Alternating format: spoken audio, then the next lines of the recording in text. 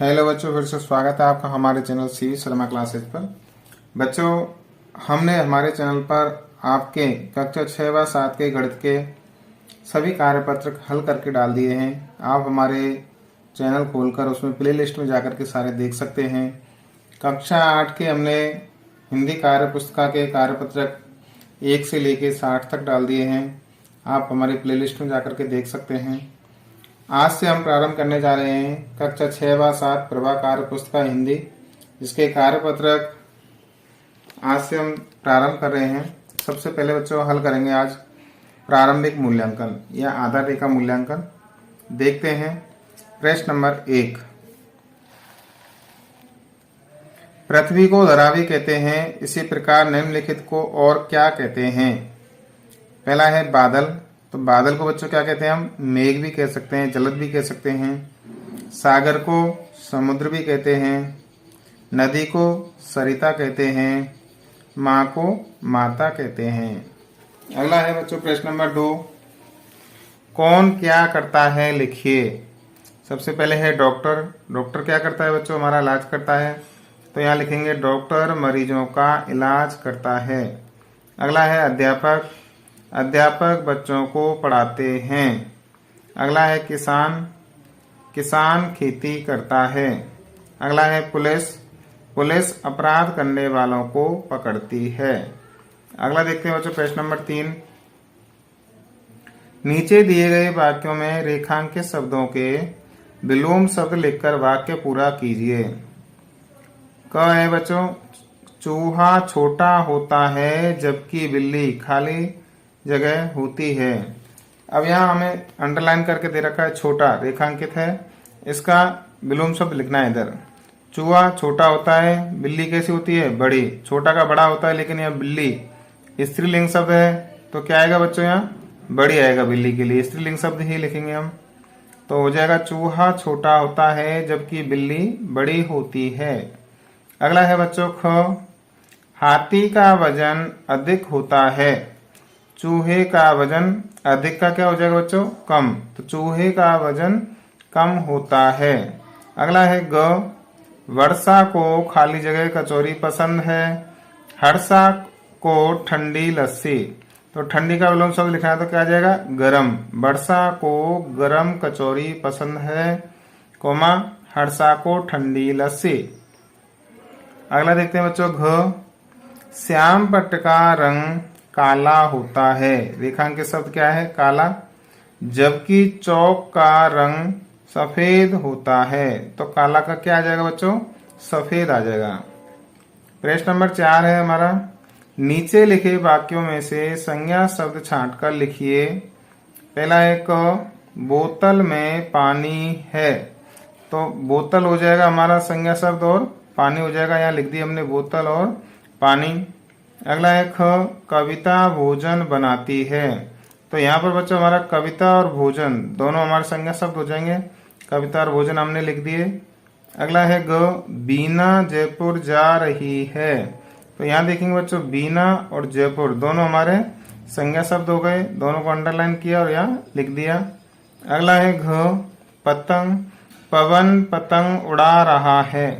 तो यहाँ देखेंगे बच्चों हमारा पवन और पतंग दोनों संज्ञा शब्द हैं, दोनों को हमने लिख दिया। प्रश्न नंबर 5। उचित विराम चिन्ह लगाकर अनुच्छेद को पूरा कीजिए। आज आसमान में बादल छाए हुए हैं। पूर्ण विराम लगा देंगे बच्चों यहाँ। श्यामा, राधा, कमला और रेखा यहाँ एक साथ नाम दिए हुए हैं, तो बच्चों यहाँ क्या करेंगे हम? कोमा लगा देंगे। श्यामा कोमा राधा कोमा कमला और रेखा खेत पर गई हुई हैं। वापस यहाँ पूर्ण विराम लगा देंगे। माँ ने कहा, इन्वर्टेड कोमा चालू करेंगे यहाँ से। ना जाने मेरी बच्चियां कैसी होंगी। और यहाँ क्या करेंगे? प्रश्नवाचक चिन्ह लगा के और यहाँ कोमा इन्वर्टेड कोमा बंद कर देंगे। पिता ने पूछा बच्चियां कब गई थीं। यहाँ क्वेश्चन मार्क लगा के और इन्वर्टेड कोमा में यहाँ से वापस इसको बंद कर देंगे। अगला देखते हैं बच्चों प्रश्न नंबर 6। नीचे दिए गए संवाद को आगे बढ़ाइए। चौक क्या कह रही है? पहले चौक बोलती है मैं सबको पसंद आती हूँ, लिखने का काम जो करती हूँ। डस्टर कह रहा है कि श्याम पट को लिखने जैसा मैं ही तो बनाता हूँ। चौक कह रही है तुम्हारा नंबर तो मेरे बाद आता है। डस्टर कह रहा है परंतु मैं बोर्ड को साफ ना करूं तो तुम कहाँ लिखोगी। बात भी सही है, अगर डस्टर बोर्ड को साफ नहीं करेगा तो चौक का उपयोग कैसे होगा। तो बच्चों देखते हैं अगला प्रश्न। प्रश्न नंबर 7, बताइए इन वाक्यों में कौन सी क्रिया सकर्मक है और कौन सी अकर्मक क्रिया है। बच्चों हमें समझना होगा यहाँ पहले सकर्मक अकर्मक होती क्या है। ऐसी क्रिया जिसके साथ में वाक्य में कर्म प्रयुक्त होता है या कर्म प्रदान होता है उनको हम सकर्मक क्रिया कहते हैं, और ऐसी क्रिया जिनके साथ में कोई भी कर्म नहीं प्रयुक्त होता है उनको अकर्मक क्रिया कहते हैं। देखते हैं इसको। प्रश्न नंबर पहला है क, गोविंद चित्र बना रहा है। तो यहाँ गोविंद कर्ता हो गया, क्या बना रहा है वो चित्र बना रहा है, तो चित्र हमारा हो गया यहाँ कर्म। तो इस वाक्य में हम कह सकते हैं बच्चों कर्म प्रयुक्त हुआ है। अगला है ख, आशा खाती है। तो बच्चों क्या खाती है पता ही नहीं चल रहा है, आशा करता हो गई और खाती है क्रिया हो गई, तो ये हमारा हो जाएगा अकर्मक वाक्य या अकर्मक क्रिया। अगला है ग, भरत पानी भरता है।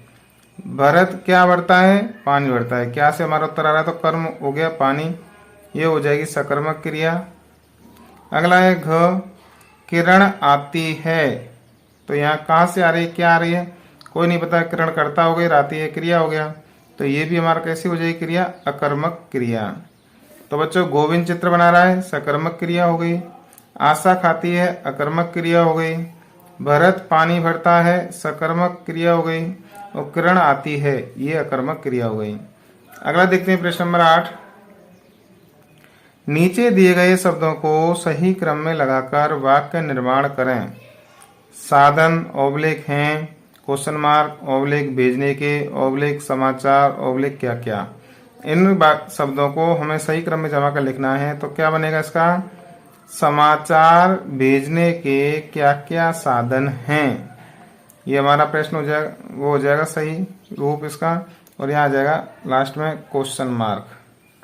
अगला है बच्चों ख, झुंड एक था उड़ कबूतरों का रहा। ये बीच में ऑब्लिक लगा लगा के इनको लिखा हुआ शब्दों को उल्टा सीधा सही क्रम में लगाएंगे इसको। तो कबूतरों का एक झुंड उड़ रहा था, ये हमारा सही वाक्य हो जाएगा बच्चों। अगला देखते हैं प्रश्न नंबर 9। गाड़ी चलाते समय हमें किन किन बातों का ध्यान रखना चाहिए। तो बच्चों गाड़ी चलाते समय हमें मोबाइल का उपयोग नहीं करना चाहिए, शराब पीकर गाड़ी नहीं चलाना चाहिए, अपनी दिशा में चलना चाहिए, मोड़ आने पर धीरे चलना चाहिए, हॉर्न बजाना चाहिए। ऐसी बहुत सारी बातें हम लिख सकते हैं, लेकिन जगह कम होने के कारण हम ज़्यादा चीज़ें यहाँ नहीं लिख सकते हैं। अगला देखते हैं प्रश्न नंबर 10। निम्नलिखित गद्यांश को पढ़कर पांच प्रश्न बनाइए। देखते हैं गद्यांश पढ़ते हैं। मैना नाम की एक छोटी बच्ची थी, उसके पिता का नाम नाना फडणवीस था। नाना साहब देश की आज़ादी चाहते थे, मैना भी उनके विचारों से सहमत थी। अंग्रेज इस बात पर उन दोनों से नाराज थे। अंग्रेजों ने नाना साहब के महल में आग लगवा दी। नाना साहब की बहादुरी से दोनों सकुशल बाहर आ गए। ये हमारा गद्यांश हो गया। अब देखते हैं नीचे उत्तर दे रखा है हमें। प्रश्न बनाना बच्चों, छोटी बच्ची का नाम मैना था, इससे प्रश्न बनाना है। तो क्या बनाएंगे प्रश्न, छोटी बच्ची का क्या नाम था, ये प्रश्न हो गया। दूसरा उत्तर दे रखा है बच्चों, मैना के पिता का नाम नाना फडणवीस था। तो इसे क्या प्रश्न बनाएंगे बच्चों, मैना के पिता का क्या नाम था। तीसरा है, अंग्रेजों ने महल में आग लगवा दी, क्या प्रश्न बनेगा, महल में आग किसने लगवा दी। अगला है बच्चों चौथा घ, नाना साहब की बहादुरी से दोनों बाहर आ गए थे, क्या बनेगा इसका प्रश्न, किसकी बहादुरी से दोनों बाहर आ गए थे। प्रश्न बनाए हैं तो सबके पीछे बच्चों क्वेश्चन मार्क लगाना अनिवार्य है। अगला देखते हैं हम प्रश्न नंबर 11। नीचे अखबार की कतरन दी गई है, इसे पढ़कर प्रश्नों के उत्तर दीजिए। बीकानेर 28 मार्च। राष्ट्रीय विज्ञान दिवस पर बाल वैज्ञानिकों के लिए 10 अप्रैल तक मॉडल का चयन किया जाएगा। मॉडल की प्रदर्शनी RSCERT उदयपुर द्वारा आयोजित की जाएगी। इस प्रदर्शनी प्रतियोगिता में कक्षा 6 से 10 तक के विद्यार्थी भाग ले सकते हैं। निदेशक महोदय ने बताया कि मॉडल का चयन समिति द्वारा किया जाएगा तथा चयनित छात्र छात्राओं को 10,000 रुपये प्रोत्साहन राशि और बाल वैज्ञानिक पुरस्कार से सम्मानित किया जाएगा। अब देखो यहाँ पहला प्रश्न रखा, यह समाचार कहाँ से प्रकाशित हुआ है? तो बच्चों ये कहाँ से हुआ है? बीकानेर से। क्या लिख देंगे? बीकानेर से। अगला है प्रश्न नंबर ख, राष्ट्रीय विज्ञान दिवस पर कौन सा पुरस्कार दिया जाएगा? तो बच्चों इसमें आया है कि बाल वैज्ञानिक पुरस्कार। यहाँ लिख देंगे हम उत्तर, बाल वैज्ञानिक पुरस्कार। अगला है प्रश्न नंबर ग, इस समाचार को अच्छी तरह पढ़कर अपने विद्यालय का कोई समाचार बनाकर लिखिए। हमने लिखा है बच्चों यहाँ मावली 14 सितंबर, हिंदी दिवस के अवसर पर राजकीय उच्च माध्यमिक विद्यालय मावली उदयपुर में निबंध प्रतियोगिता का आयोजन किया गया। अब ज्यादा जगह ना होने के कारण इसको ज्यादा नहीं बढ़ाया है, हमने यही छोड़ दिया है। अगला है प्रश्न नंबर घ, पुरस्कार में क्या दिया जाएगा? तो हमने उसमें पढ़ा था बच्चों, पुरस्कार में 10,000 रुपये प्रोत्साहन राशि और बाल वैज्ञानिक पुरस्कार दिया जाएगा, ये हमने लिख दिया। अगला देखते हैं प्रश्न नंबर 12, निम्नांक के चित्र को देखकर अपने विचार लिखिए। बच्चों में यहाँ एक चित्र दिया हुआ है। इस चित्र में हम देख रहे हैं कि एक गुब्बारे वाला गुब्बारे बेच रहा है। यहाँ एक बच्ची है, उसकी माँ है साथ में, ये दोनों गुब्बारे खरीद रहे हैं। इधर देखेंगे आप कि एक बच्चा अपने पिता के साथ में है, आइसक्रीम वाले से आइसक्रीम खरीद रहा है। इधर बहुत सारी दुकानें सजी हुई हैं। इधर एक झूला है, बहुत बड़ा वाला झूला है। तो इस चित्र को देख करके इसके बारे में हमें विचार लिखने हैं। तो हमने लिखा है बच्चों, यह एक मेले का चित्र है। यहाँ एक व्यक्ति रंग बिरंगे गुब्बारे बेच रहा है, लड़की गुब्बारे खरीद रही है, एक बच्चा आइसक्रीम खरीद रहा है। मेले में बड़े बड़े झूले, मिठाई एवं खिलौनों की दुकानें दिखाई दे रही हैं। आप अपने हिसाब से इसको दूसरी प्रकार से भी लिख सकते हो। अगला देखते हैं बच्चों, प्रश्न नंबर 13, निम्नलिखित पद्यांश को पढ़कर दिए गए प्रश्नों के उत्तर दीजिए। पद्यांश को पढ़ते हैं सबसे पहले। बहुत निराला भारत अपना हिमगिर मुकुट मनोहर है, जंगल पर्वत नदियां मिट्टी खाने पुण्य धरोहर हैं, कण कण में सूरज की किरणें नित्य ऊर्जा बढ़ती हैं, अनुपम आब हवा के कारण 6 ऋतुओं की धरती है। प्रश्न देखते हैं बच्चों, इसका पहला है क, उपर्युक्त पद्यांश का उचित शीर्षक लिखिए। तो उचित शीर्षक हो गया बच्चों निराला भारत, भारत की विशेषताओं के बारे में बताया गया है, तो इसको शीर्षक क्या देंगे हम? निराला भारत। अगला देखते हैं बच्चों प्रश्न नंबर ख, पुण्य धरोहर किसे कहा गया है? तो यहाँ पुण्य धरोहर किसके लिए आया है बच्चों? भारत भूमि के लिए। या भारत भूमि को की जो धरोहर हैं वो कौन कौन सी हैं? पुण्य धरोहर कह सकते हैं, जैसे यहाँ के जंगल हैं और पर्वत हैं, यहाँ की नदियाँ हैं, ये हमारे भारत की क्या है? धरोहर हैं। मिट्टी है यहाँ की, हम लिखेंगे मिट्टी, और खाने,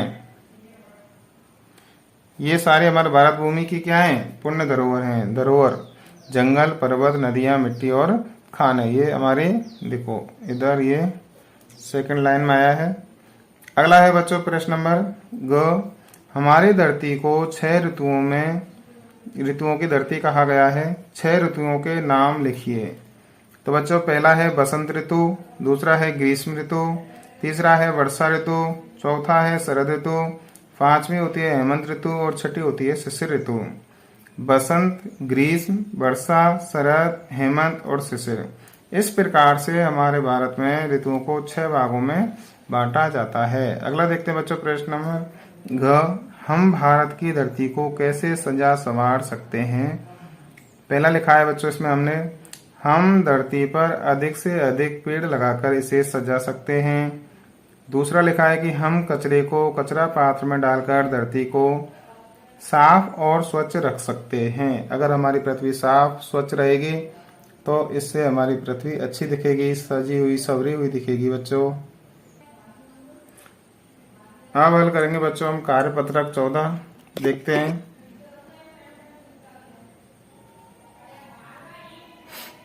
प्रश्न नंबर 14 है, बड़े भाई के विवाह में अपने मित्र को निमंत्रित करते हुए पत्र लिखिए। भरतपुर 7 फरवरी 2024 को पत्र लिख रहा है।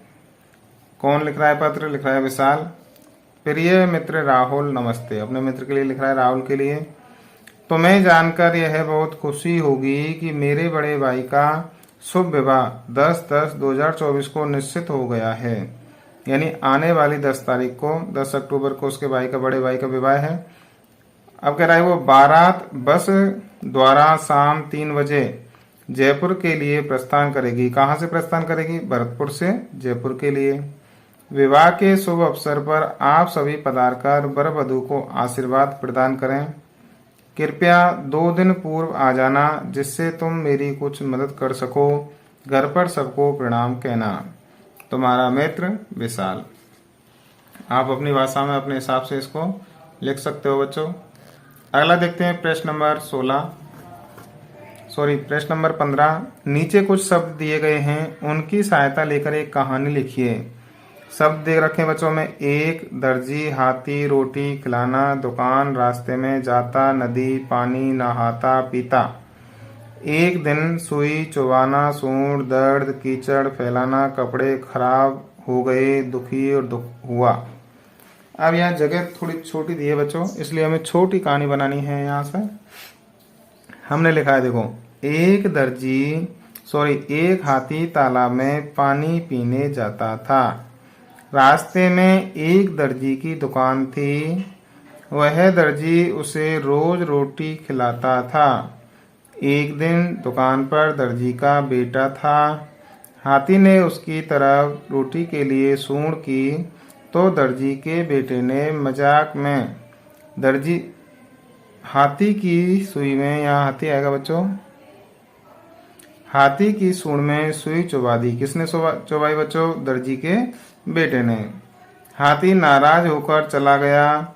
वो तालाब से अपनी सूंड में कीचड़ भर लाया और दर्जी की दुकान में लाकर डाल दिया। इससे दर्जी के सारे कपड़े खराब हो गए। लड़के को अपने किए पर पश्चाताप हुआ। लड़का बहुत दुखी हुआ और उसे अपने किए पर पछतावा हुआ। तो बच्चों, ये हमने कक्षा 6 व 7 का आधार रेखा मूल्यांकन या प्रारंभिक मूल्यांकन कह सकते हो हल किया।